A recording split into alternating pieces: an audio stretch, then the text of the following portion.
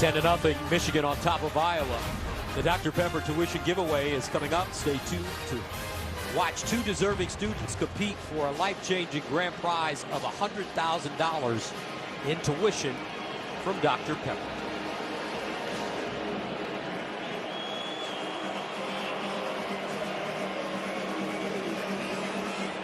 First down and 10, Hawkeyes at their own 25.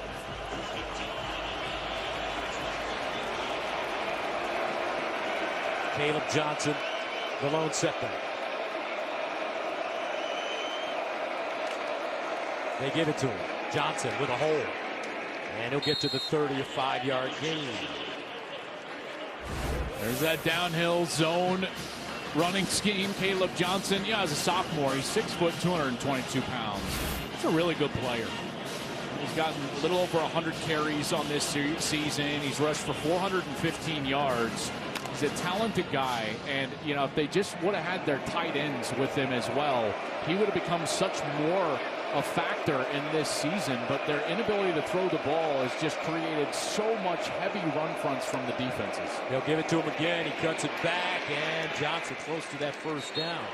Michael Barrett with the tackle. Johnson had a 134-yard game against Purdue earlier this year, and he ran for an Iowa freshman record 779 yards and 6 scores last season. I don't think they're going to get this snap off. They might be real close here to the end of quarter. Will they get it off? Le'Shawn Williams in the game, and they'll sneak it ahead and pick up a first down. And that's the last play of the first quarter. With the score,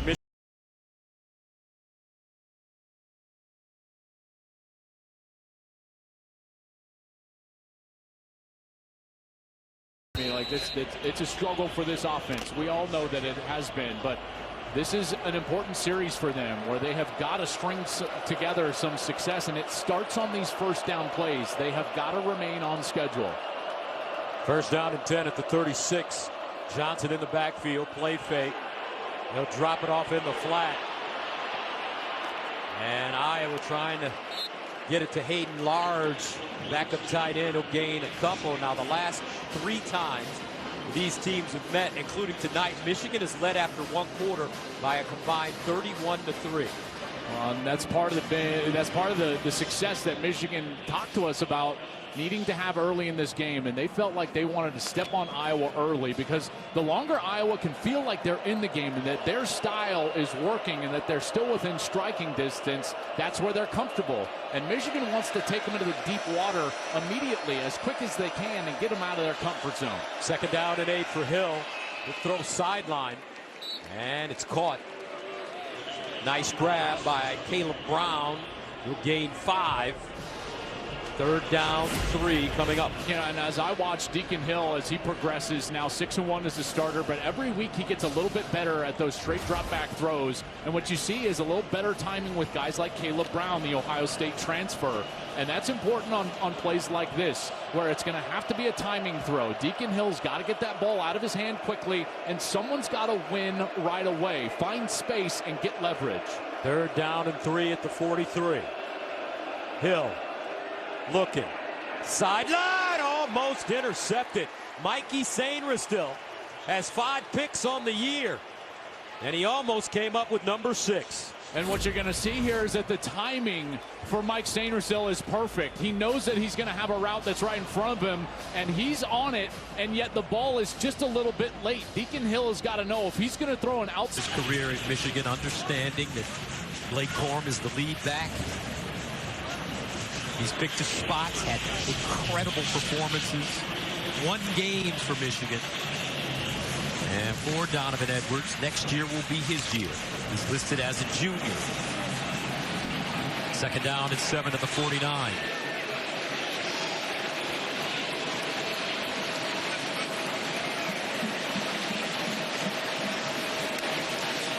McCarthy. Dancing. Bouncing. He delivers underneath. Caught for first down by A.J. Barner, but there is a flag. Deshaun Lee with the tackle.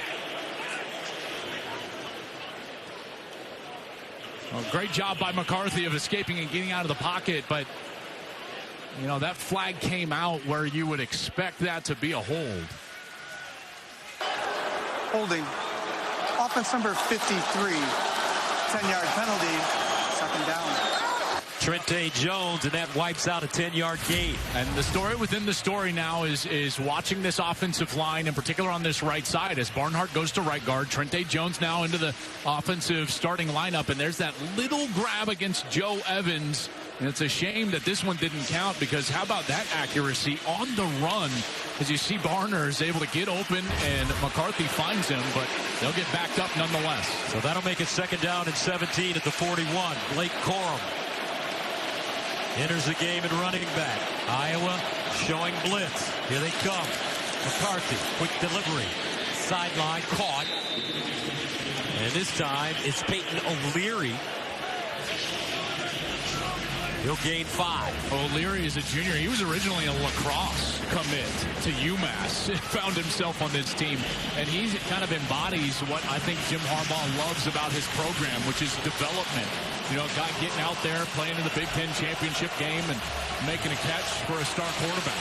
Third down and 12 at the 46.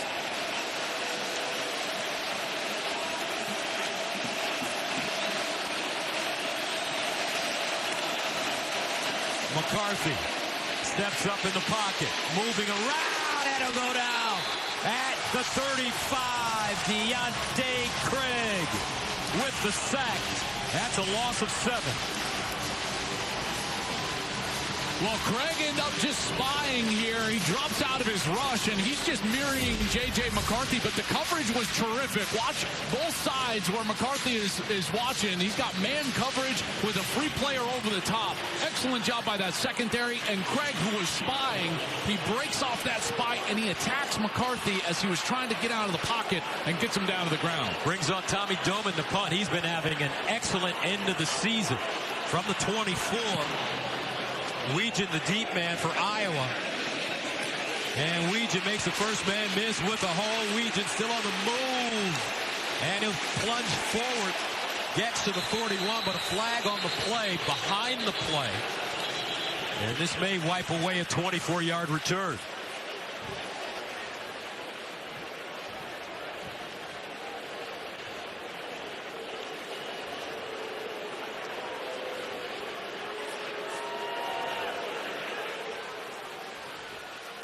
During the return, illegal block in the back, return team number 4. 10-yard penalty from the start of the foul. Iowa's football, first down and 10. Timeout on the field. That was Cohen Intringer, backup safety number 4 with the back in the block. Defensive back and return specialist, while Blake Corum and J.J. McCarthy were named the best running back quarterback of the year. Now, what an honor that is, and congratulations to all of those guys. Just tremendous. There's Coop. Yeah, Coop, man. I wish we could watch him play. I think he's, as a corner, Iowa's best offensive player. First down and 10 at the 20. And the Hawkeyes with Caleb Johnson running the ball. Well, you think about what this team lost in Cooper DeJean, and this guy was the Big Ten Defensive Back of the Year, return specialist, like you just said, all Big Ten first team. And like I said, Gus, in a lot of ways, he was, their offensive threat as well, and he was starting to get some time on the offense. The fan base, I know, with the Hawkeyes was getting excited about seeing number 3 out there with the ball in his hands. But so many times, whether it was interceptions throughout his career, taking back for 6, creating field position, this guy really embodied what it was to be an Iowa Hawkeye, and I'm certainly missing watching him here tonight. Second down and 13 at the 17-yard line. Le'Shawn Williams. And he's ridden down at the 20 by Ernest Hausman. One thing about this Michigan defense, they have so much versatility. So many guys can come in and hurt you. Yeah, and the depth is really the key to their entire defense. And I think it shows itself in the front 7 and mainly on that defensive line. Gus, when you look at the defensive line, and Jesse Minter talks about this all the time, he feels like they can stay fresh because none of the players average over 30 snaps per game. I guess one of them is just over Mason Graham, number 55 at 31. Everybody else under 30 snaps a game. So they know that they can come in there and give it their all every time that they're on the field. 3rd down and 11 at the 19. Hill with time over the middle, incomplete. Good throw, just unable to convert. Ragaini had 2 hands on the football, just couldn't haul it in. I think Jaden McBurrow's there in coverage, but I think this was tipped at the line of scrimmage. Is that Mason Graham? Yeah, you bet. Right off his forehead. And there's Graham getting a piece of that one. You can see the tip there from the official, and Michigan gets off the field. 3rd 3 and out for Iowa. Taylor will punt it from inside his own 5 to the dangerous Morgan. Samaj Morgan over to the sideline, and he'll let it bounce out of bounds. 55-yard punt. Coming up, Wolverines again on O. Laying out. Playing with enthusiasm. Alabama. Is Louisville going to deliver a knockout blow to Florida State? And does Big 12 champ Texas belong in the college football playoff picture? Clatter, what say you? Oh, man, that's going to be the debate. Rob, I can't wait to hear you guys. But I would say yes, Gus. I mean, they beat the SEC champion in Bama's building. So if you're going to include Alabama, which I think you've got to, I think you also have to include Texas after the year that they just had, culminating in a Big 12 championship. 1st down and 10 at the 28. McCarthy on the bootleg, throws on the move, back shoulder, incomplete. Intended for Roman Wilson. You know, this defense, it's understated in so many ways, and I would say the sum is greater than the parts, and Phil Parker does such a great job, right? But what the beauty is in its simplicity and its fundamental soundness. They play with great eyes, great feet, and great hands. And Gus, one of the things that they do is they maintain their levels. The eyes are constantly in the backfield, and then they are always swarming the football. They out-leverage the football every snap, and they do a great job of it. 2nd and 10 at the 28. Corum. And Corum knocked backwards, no gain. Well done, Nick Jackson. Watch all of these guys. Everybody is just sitting there, eyes in the backfield, and every single one of these players, they know their responsibility. They get into their gaps. They're fundamentally sound. They tackle well, and they just make your life difficult as an offense. There are no big plays out there. This is one of the defenses that gives up no big plays during the course of the season, and you can see why. All those eyes sitting there watching J.J. McCarthy. 3rd down and 10 of the 28. Edwards in the game now. McCarthy with time. Now under pressure. Got to make a decision. Goes down. Sacked again. Great coverage sack by this Iowa team. Ethan Herkett comes in to clean it up. And once again, Michigan can't get any separation from this man coverage. One single safety in the back. Everybody else is locked in man coverage. McCarthy wants to go to Roman Wilson or his tight end. Doesn't like the matchup. No separation. And that allows the pass rush to show up. Great job by Deontay Craig. The rest of that defensive line wrapping up J.J. McCarthy for a big old loss. So Michigan will punt it away out of their own end zone. Doman. Weegan is a deep man, and Iowa will get incredible field position as this one comes backwards and goes out of bounds near the Michigan 40. A 27-yard punt for Doman. Folks, this was a case study in Iowa football. Great defense, fundamentally sound, playing your responsibility, leads to negative plays for the offense, a mistake from the special teams of Michigan, and now a short field for Iowa. I said that the defense was going to have to create scoring opportunities or even points themselves.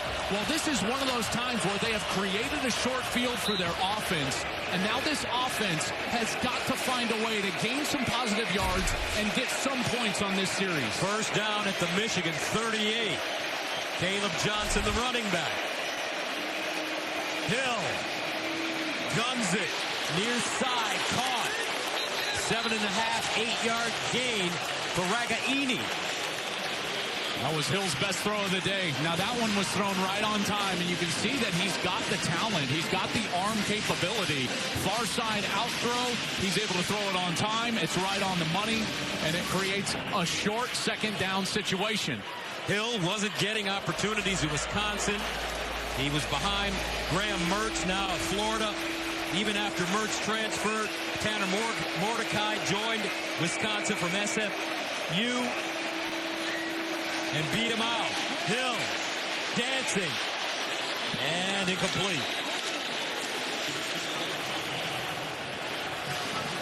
Hill took a big shot off of that play action. They wanted to try to get behind that defense, and Hill got kind of sandwiched by a couple of Michigan defenders after he released that ball. I like the aggressiveness there from Brian Ferentz, and here's that sandwich right here. It's McGregor and Chris Jenkins. You can see Hill just bam. Gets kind of hit and then thrown down to the ground. I'm somewhat surprised that that didn't draw a flag after the throw like that. 3rd down and 2 at the 30. Play fake. Hill rolling out of the pocket. Throws on the move. Has his man. A loose ball. Michigan's got it. But was it a catch is the question.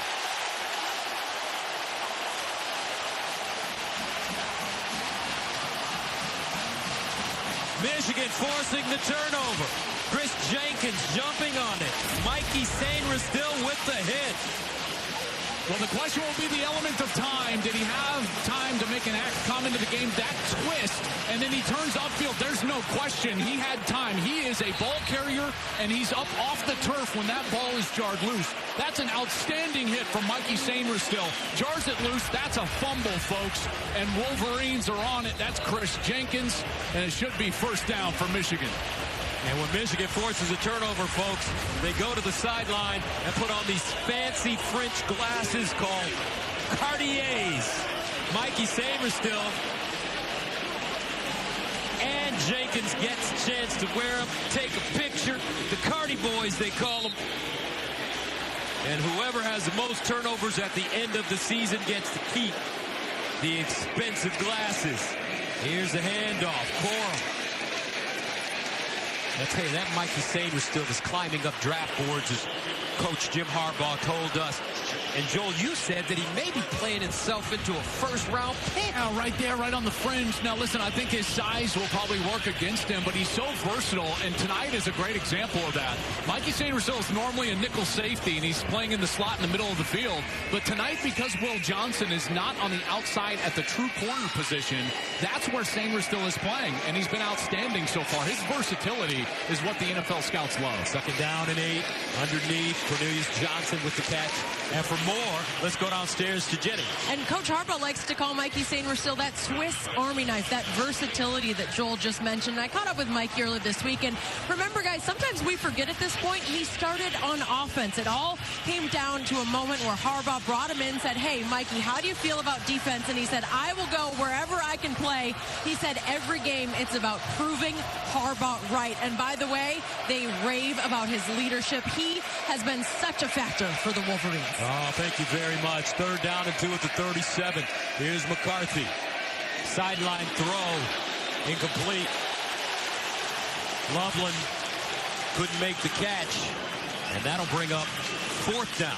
Now, I tell you, this defense is so good. And, you know, they force you into what I would just call low percentage throws. Look at the angle that McCarthy and Loveland are trying to catch this ball and execute this on.